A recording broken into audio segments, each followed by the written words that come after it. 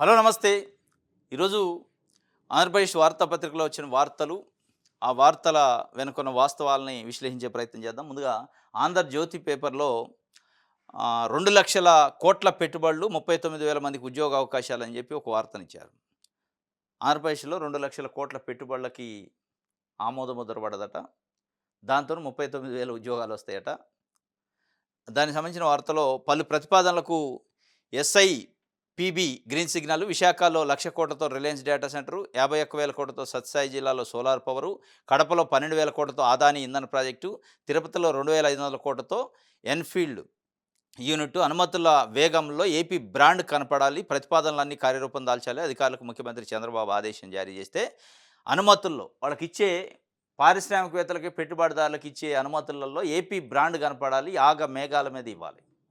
ఎక్కడా వాళ్ళకి లోటు రావద్దు. వాళ్ళు ఇట్లా దరఖాస్తు ఇచ్చారు అంటే నెక్స్ట్ ప్రాసెస్ స్టార్ట్ కావాల్సిందే. ఇమీడియట్‌గా అనుమతులు ఇవ్వాలి. ఆ బ్రాండ్ మనకు కనిపించాలి. పారిశ్రామికవేత్తలు, పెట్టుబడిదారుల కోసం మన ప్రభుత్వం ఉంది అనే బ్రాండ్ కనపడాలని చంద్రబాబు నాయుడు గారు చెప్తే, వారి కొడుకు నారా లోకేష్ గారు ఇంకొక మాట ఏమన్నాడంటే, ఆంధ్ర కూల్ క్యాపిటల్ అట, 2 ఏళ్లలో 80% ఏసీ ఉత్పత్తులు ఎక్కడి నుంచి? మంత్రి నారా లోకేష్ గారు ఏసీల తయారీ కంపెనీ క్యారియర్ ఏదో ఉంది, దాన్ని శంకుస్థాపన చేసిన సందర్భంలో ఆంధ్ర కూల్ క్యాపిటల్ అట. అంటే ఆంధ్రప్రదేశ్ క్యాపిటలిస్టులకి కూల్ ప్రదేశం, చాలా మంచి వసతులు అంటే అవకాశాలున్న రాష్ట్రం అని చెప్తున్నాను. ఇటు చంద్రబాబు నాయుడు గారు కానీ, లోకేష్ గారు కానీ పదే పదే పారిశ్రామికవేత్తలు, పెట్టుబడిదారులు వాళ్ళ గురించి తప్ప రైతుల గురించి, వ్యవసాయదారుల గురించి, లేదంటే క్యాపిటల్‌కి రాజధాని కోసం భూములు ఇచ్చిన రైతుల బాధల గురించి మాట్లాడట్లే. కూలు ప్రదేశం అట క్యాపిటలిస్టులకి. పారిశ్రామికవేత్తలకు, పెట్టుబడిదారులకు ఏదైనా కావాలంటే ఇమ్మీడియేట్‌గా బ్రాండ్ ఇమేజ్ క్రియేట్ చేయాలి. వాళ్ళకి ఇమ్మీడియేట్‌గా అనుమతులు ఇవ్వాలని చెప్తున్నారు. పెట్టుబడులేమో వచ్చేది 2,00,00,000,00,000 ఉద్యోగాలు వచ్చేది 39,000 ఉద్యోగాలు. 2,00,00,000,00,000 39,000 ఉద్యోగాలు చెప్పారు. దీనికోసం రాష్ట్ర ప్రభుత్వ భూములను ఎన్ని ఇస్తున్నారో అది చెప్పట్లే. ఆడ 2,00,00,000,00,000 పెట్టుబడులు వచ్చినాయంటే ఒక 20, 30,000 ఎకరాలు ప్రజల భూమిని తీసిపోయి వాళ్ళకి ఇస్తారు. వచ్చే ఉద్యోగాలు ఏంటంటే 39,000 ఉద్యోగాలు. ఇది ఒక పెద్ద ఏందంటే ట్రెండ్ అయిపోయింది.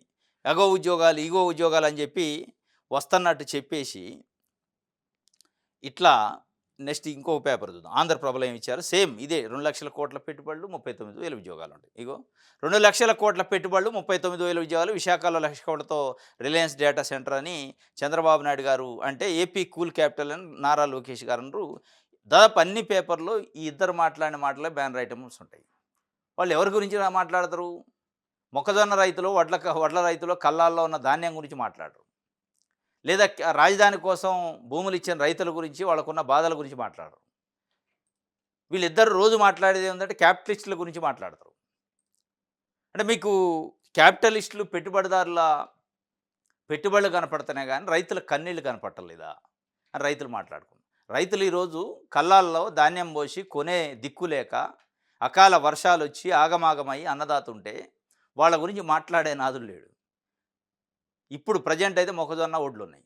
అంతకుముందు పొగాకు, పత్తి, మిర్చి, మామిడి, తోతాపూరి మామిడి, ఇవన్నీ ఈ రాష్ట్రంలో 70% పైగా ఉన్న జనాభా గురించి మాట్లాడకుండా, ఈ రాష్ట్రం బయట ఉన్న పెట్టుబడిదారుల గురించి పదే పదే వీళ్ళిద్దరు మాట్లాడతారు.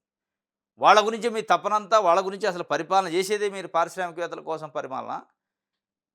మీరు పరిశ్రమలు తీసుకురావటానికి మాత్రమే ప్రభుత్వం ఉందా అనే ఒక నెరేషన్ అయితే కనపడుతుంది.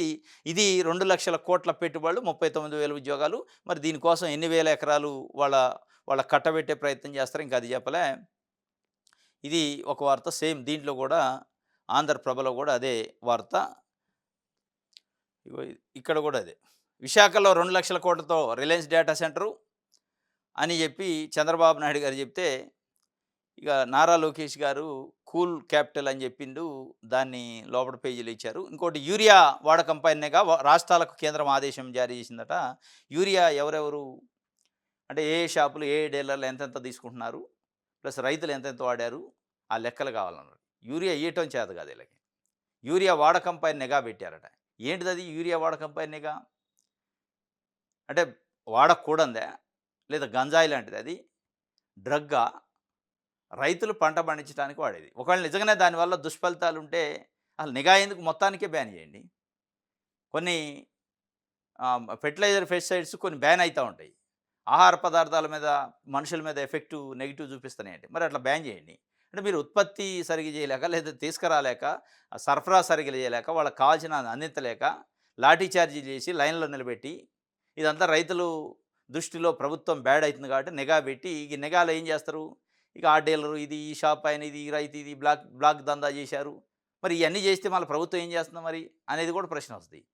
ఏదో యూరియా అనే కొరత నుంచి మైండ్ డైవర్ట్ చేయడానికి నిఘా పెట్టారట. నిఘా పెట్టి ఏపీలో మొదలైన తనిఖీలు గత ఏడాది కంటే ఎక్కువ అమ్మిన వారిపై చర్యలట. రైతులు, డీలర్లపై వేధింపుల కోసం ఇది పెట్టారు తప్ప ఏరే ఏం లేదాడ. దేనికి నిఘా దేనికి అసలు? రైతులు, డీలర్లు, షాపులు వీళ్ళని వేధింపులకు గురి చేసి అల్టిమేట్‌గా ఏందంటే బ్లాక్ చేశారు. అందుకే టైట్ అయింది. మరి బ్లాక్ చేస్తుంటే మీరేం చేస్తారు? ప్రభుత్వం ఏం చేస్తుంది? ఇప్పుడు నిఘా పెట్టమైంది, బ్లాక్ చేసినప్పుడు కదా పెట్టాల్సింది. ఇప్పుడు నిజంగానే బ్లాక్ అయ్యి ఉంటే, బ్లాక్ వల్లనే కొరత క్రియేట్ అయ్యి ఉంటే, ఆ బ్లాక్ చేస్తంటే మీరు ఆ రోజు కదా కట్టడి చేయాల్సింది. అంతా అయిపోయిన తర్వాత ఇప్పుడు మీరు నిఘా పెట్టడం అంటే దాని అర్థం ఏంది? బ్లాక్‌ను ప్రోత్సహించారా? లేదా అసలు బ్లాకే లేదా? అక్కడి నుంచి తేలేకపోయారా కేంద్ర ప్రభుత్వం నుంచి యూరియాని? అది కప్పిపుచ్చుకునే ప్రయత్నంలో ఇది ఒక భాగమా? ఇగో ఇటువంటి వాటి గురించి మాట్లాడరు చంద్రబాబు నాయుడు గారు, నారా లోకేష్ గారు, పవన్ కళ్యాణ్ గారు. పెట్టుబడిదారులు, పారిశ్రామికవేత్తలు, Lulu company, Ursa company, Arcelor Mittal company, Reliance data, Adani data, Google data వీటి గురించి మాట్లాడతారు. రైట్. ఇది పరిహారం ఇవ్వకుండా పనుల కంపెనీ సీజీఎంను నిలదీసిన రైతులు పవర్ గ్రిడ్ పనులు అడ్డగింత. పరిహారం చెల్లించకుండా కర్నూలు జిల్లా ఆలూరు మండలం మానేకుర్తి గ్రామంలో చేపట్టిన పవర్ గ్రిడ్ పనులను బుధవారం రైతులు అడ్డుకున్నారు. ఏపీ రైతు సంఘం ఆదరణ కార్యక్రమం చేపట్టారు.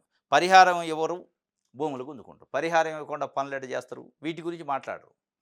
పరిహారాలు రైతులు, రైతుల నష్టాలు, రైతుల పంట పెట్టుబడులు, రైతుల పంటకు సంబంధించిన నష్టాలు, పంట అమ్మకాలు వీటి గురించి మాట్లాడరు. కానీ కేవలం పారిశ్రామికవేత్తలు, పెట్టుబడిదారులు ఇన్ని లక్షల కోట్లు వచ్చినాయి, అన్ని లక్షల కోట్లు వచ్చినాయి, ఇన్ని వేల ఉద్యోగాలు, అన్ని వేల ఉద్యోగాలు వీటి మాటను మళ్ళా వేల ఎకరాల ప్రభుత్వ భూములను వాళ్ళకి కట్టబెట్టడం, ప్రజల భూములను కట్టబెట్టడం.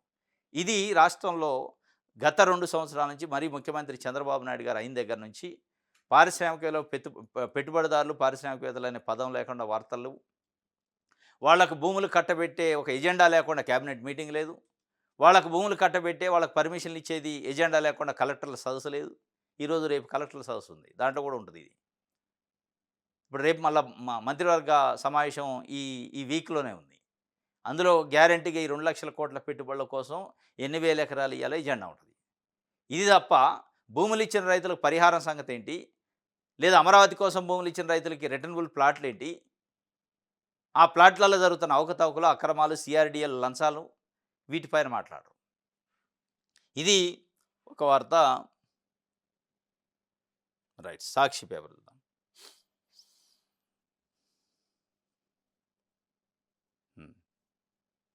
పరిహారానికి 10 ఏళ్ల రాజధానిలోని వడ్లమానుకు చెందిన ఓ రైతు ఆవేదన. రెండో విడత ల్యాండ్ పూలింగ్‌లో 13 ఎకరాలు ఇచ్చాను. అందులో 2 కోళ్ల ఫారాలకు పరిహారం అడిగితే పట్టించుకోవడం లేదు. 10 ఏళ్ల తర్వాత ఇస్తారట. వాటి కోసం చాలా ఖర్చు చేశాను.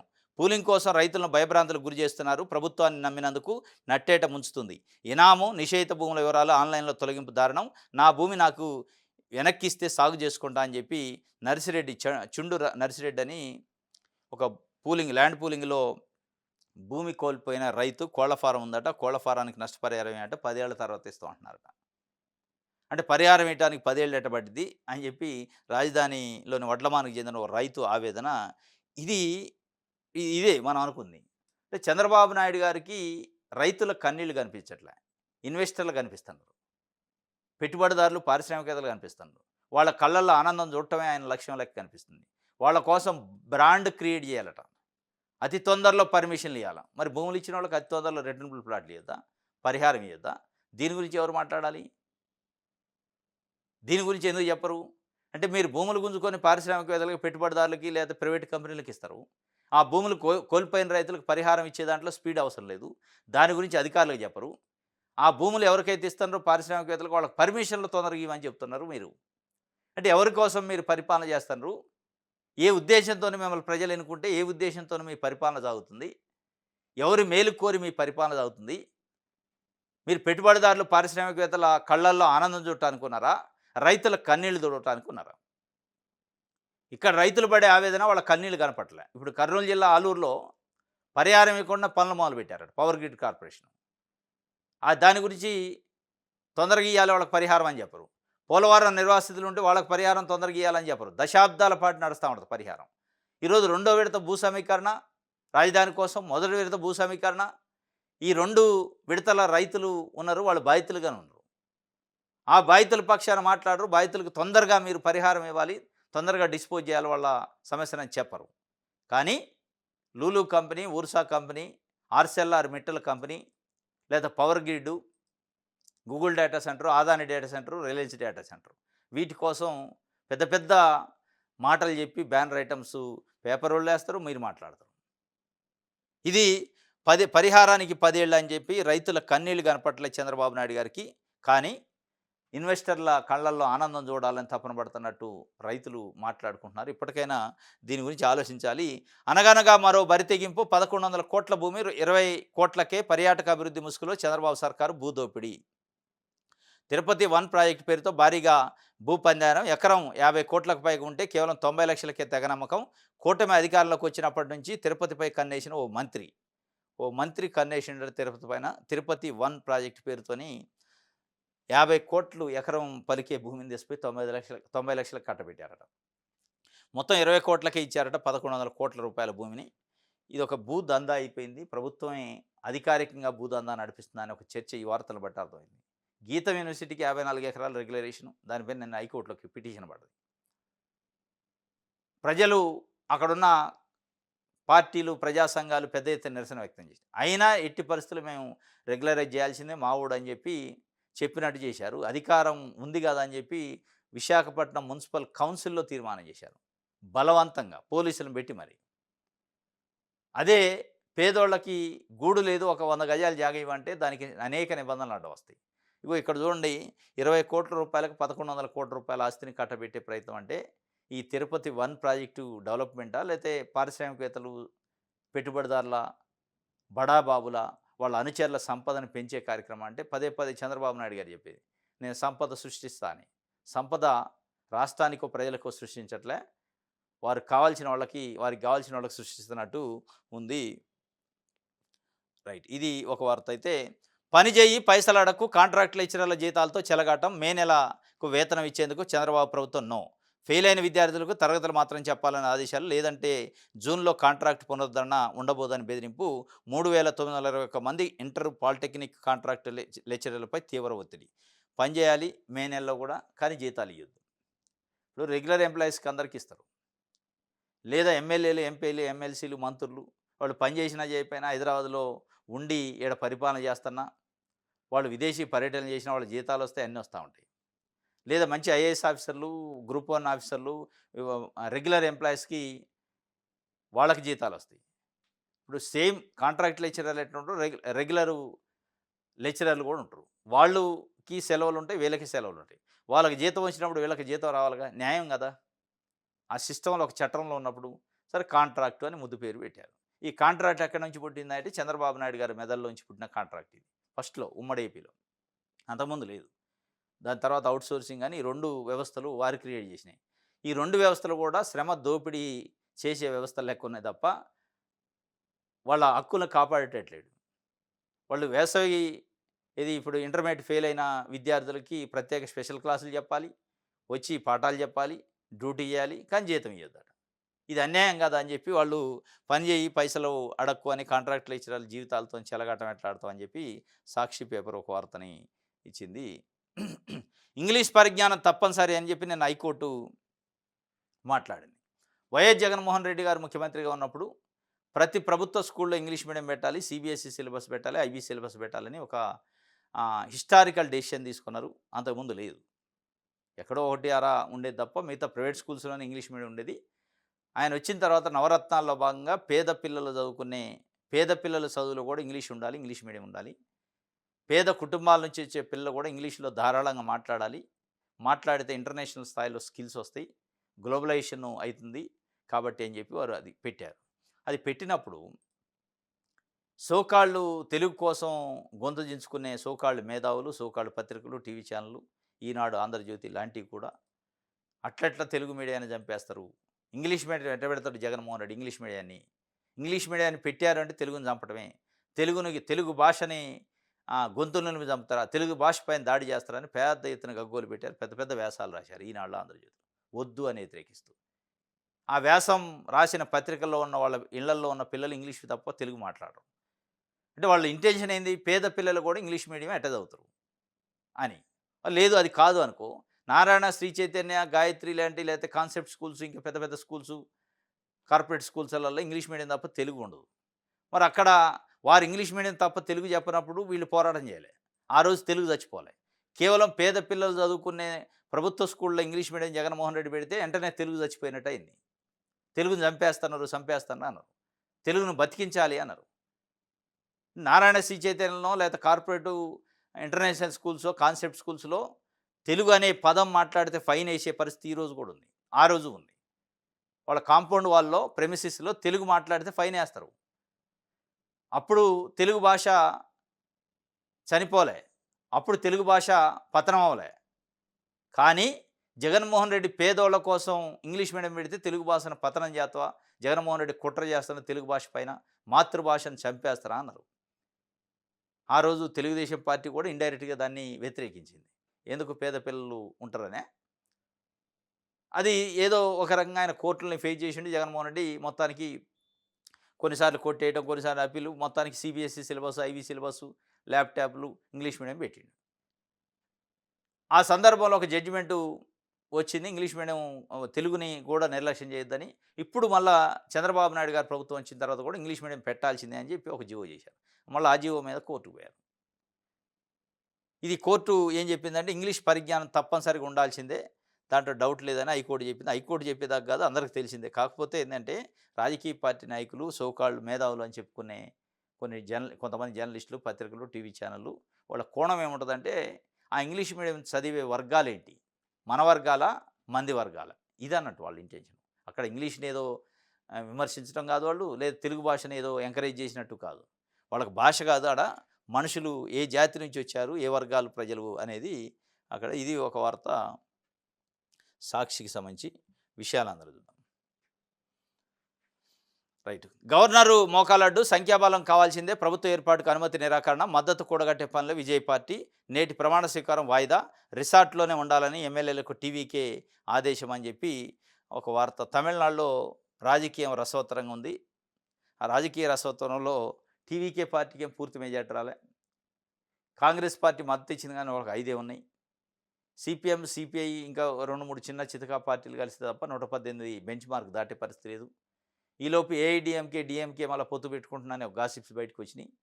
వాళ్ళు ఒకవేళ ఇద్దరు పొత్తు పెట్టుకున్నా ఇంకా సీట్లు అవసరమవుతున్నాయి వాళ్ళకు కూడా. మొత్తానికి తమిళనాడులో ఒక రాజకీయ రసకందాయం నడుస్తుంది. ఇందులో తమిళనాడు గవర్నర్ గారు అంటే టీవీకే పార్టీ అధ్యక్షుడు ముఖ్యమంత్రిగా ప్రమాణ స్వీకారం చేస్తాం మమ్మల్ని ఆహ్వానించండి అని అడిగితే, లేదు లేదు నేను ఆహ్వానించను అని చెప్పి నిరాకరించిండట. ఎందుకు? పూర్తిగా బలం లేదని. కానీ యాజ్ ఎ కాన్స్టిట్యూషన్‌గా అంటే ఏదైతే పెద్ద పార్టీ ఉంటుందో, సింగిల్ లార్జెస్ట్ పార్టీగా ఉన్న వాళ్ళని పిలవాల. పిలిచి బలం నిరూపించుకోవడానికి ఒక 2 వారాల్లో, ఒక వారం టైం ఇచ్చి బలం నిరూపించుకోకపోతే అప్పుడు డిజాల్వ్ చేయాలి. కానీ ఇక్కడ ఏం చేస్తానంటే అసలు ఆయన ప్రమాణ స్వీకారం చేయకుండానే ఆపే ప్రయత్నం జరుగుతుందా? దీని వెనక ఏమైనా వ్యూహం ఉందా తెలవదు కానీ, వ్యూహమా, కుట్ర ఇంకోటి గవర్నరు నిరాకరించారట. నువ్వు 118 మంది ఎమ్మెల్యేల జాబితా ఇస్తే తప్ప నేను పిలవనని. 118 మంది ఎమ్మెల్యేల జాబితా వాస్తవం కాన్స్టిట్యూషన్ ప్రకారం ఇప్పటికిప్పుడు అవసరం ఉండదు. ఎప్పుడు బల నిరూపణకు అవసరం. బల నిరూపణ, విశ్వాస పరీక్ష ఏదో పెట్టినప్పుడు అప్పుడు లేకపోతే ఆటోమేటిక్ డిజాల్వ్ అయింది. దీని ఇంటెన్షన్ ఏంటంటే విజయ్ వన్స్ ప్రమాణ స్వీకారానికి అనుమతిస్తే ప్రమాణ స్వీకారం చేసిన తర్వాత ఆటోమేటిక్‌గా అధికారం వస్తది కాబట్టి బలం వస్తది. ఆటోమేటిక్‌గా ఏఐడీఎంకేనో ఇంకోళ్ళు చిన్న చితక పార్టీల నుంచో వచ్చి మద్దతిచ్చే అవకాశం ఉంటుంది. ముందు ఆ ప్రమాణ స్వీకారం అనే ఘట్టాన్ని ఆపితే ఒక రాజకీయ అనిశ్చితి ఏర్పడిద్ది. ఆ రాజకీయ అనిశ్చితిలో ఇక పాత పార్టీలు, కొత్త పార్టీల, ఇంకో పాత నాయకులు, కొత్త నాయకులు మొత్తానికి అయితే ఒక గందరగోళాన్ని క్రియేట్ చేసే ప్రయత్నం తమిళనాడులో జరుగుతుంది. మరి ఏం చేస్తారో చూడాలి. మొత్తానికి ఇది ఒక రాజకీయ రసవత్తరం. ఇంకొక 10 సీట్లు వస్తే పోయేది. ఇది ఒక వార్త. రైట్. దిశ పేపర్.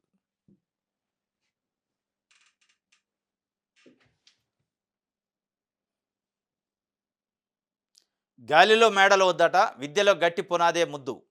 పాఠశాల విద్యలో సమస్యల గుర్తింపు, అక్కడి నుంచే సంస్కరణల అమలు, పునాది దశ అభ్యాసాలను మెరుగుపరిచేలా ప్రణాళికల అమలు, జిఎఫ్ఎల్ఎన్, టీఏఆర్ఎల్తో ప్రాథమిక విద్యలోనే బలమైన పునాది, ఫ్యాన్సీ విద్యా విధానాల జోలికి వెళ్ళని మంత్రి నారా లోకేష్ గారట. గాలిలో మేడలు వద్దు, విద్యలో గట్టి పునాదే ముద్దు అని చెప్పి గాలిలో మేడలు కట్టొద్దు అని చెప్పారు. మంచిదే, కరెక్టే ఇది.